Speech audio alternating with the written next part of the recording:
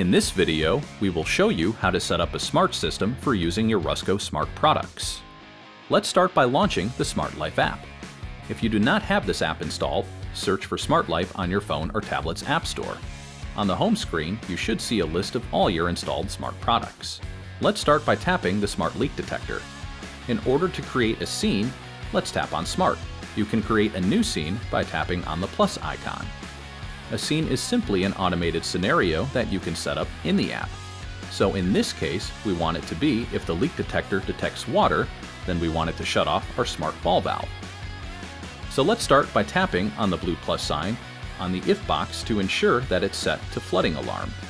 Now let's go back to the previous page and see what we want this scenario to do if a leak is detected. Tap on the blue plus next to then tap Run the device. Here you will see your list of smart products that are loaded into your app. In this case, we will be choosing the smart ball valve, but this process works for other smart products as well. Once we tap on the smart ball valve, we see a list of options. We want to select the percent control, which lets us set the percentage of the valve that is open, 100% being fully open, 0% being fully closed. For this scenario, we want the ball valve to be completely closed, so we set it to 0%. Tap Save to save the scenario to your scenes, where you can edit it or toggle your scene on or off. There are other types of scenarios we can set up too, such as if the outside temperature is too cold, then we can shut off a water valve. On the Scenes tab, we will tap the plus button in the upper right corner to create a new scene. For this scenario, we would select when weather changes.